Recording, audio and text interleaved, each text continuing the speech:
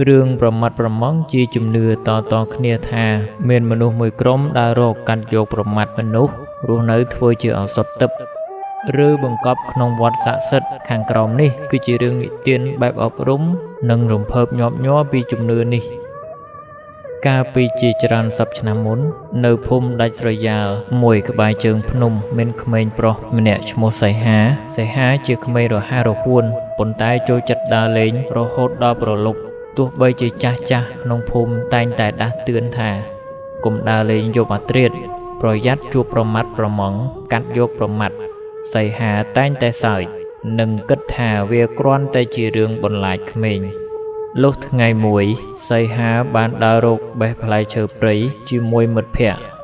រហូតភ្លេចខ្លួនមើលមេឃមិនយូរប៉ុន្មានមេឃក៏ចាប់ផ្ដើមងងឹតស្លុបខ្យល់បក់ខ្លាំងនិងមានភ្លៀងរលឹមមិត្តភក្តិរបស់គេបានរត់ត្រឡប់ទៅផ្ទះអស់ចំណែកសីហាជាប់គាំងនៅក្រោមដើមឈើធំមួយតែម្នាក់ឯងខណៈពេលដែលគេកំពុងរងារឹងកំព្រឹសស្រាប់តែមានស្រមោលខ្មៅវែង2-3នាក់ដើរមកពីចម្ងាយពួកគេពាក់អាវធំពណ៌ខ្មៅមួកស្លឹកធំបាំងជិតមុខនិងមានយួរយានឬកន្ត្រកតូចនៅនឹងដៃ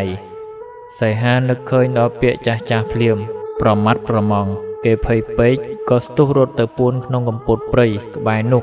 ដោយខំទប់ដង្ហើមបុរសអាចកំបាំងទាំងនោះបានដើរមកឈប់ពីមុខដើមឈើដែលសីហាទើបតែឈរអំបែងមិញម្នាក់ក្នុងចំណោមនោះនិយាយឡើងដោយសំឡេងក្រឡថា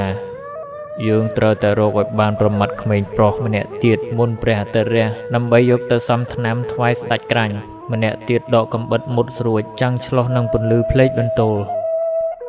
សីហាភ័យញ័រខ្លួនគេដឹងថាបើគេស្រែកឬរត់ច្បាស់ជាត្រូវពួកគេចាប់បានជាមិនខានគេក្រឡេកឃើញដុំថ្មមួយដុំក្បែរដៃ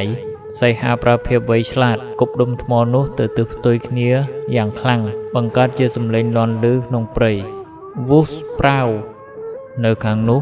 ពួកប្រមាត់ប្រមងស្រែកឡើងរួចក៏នាំគ្នារត់សម្ដៅទៅរកទិសសំឡេងដុំថ្មនោះភ្លាមឆ្លៀតឱកាសនោះសីហាបានស្ទុះរត់ចេញពីកំពត់ព្រៃសម្ដៅទៅរកផ្លូវភូមិយ៉ាងលឿនបំផុតតាមអ្វីដែលអាចធ្វើទៅបានគេរត់ផងដួលផងយំផងរហូតដល់ពន្លឺភ្លើងចង្កៀងនៅតាមផ្ទះអ្នកភូមិពួកប្រមាត់ប្រមងមិនហ៊ានដេញតាមចូលមកក្នុងភូមិដែលមានមនុស្សច្រើននោះទេក៏បាត់ស្រមោលនៅក្នុងព្រៃវិញទៅចាប់តាំងពីពេលនោះមកសីហាលែងហ៊ានដើររហូតដល់យប់ព្រលប់ទៀតហើយគេបានរៀនសូត្រពីតម្លៃនៃការស្ដាប់បង្គាប់ចាស់ទុំនិងមានស្មារតីរឹងមាំក្នុងការដោះស្រាយបញ្ហានៅចំពោះមុខគ្រោះថ្នាក់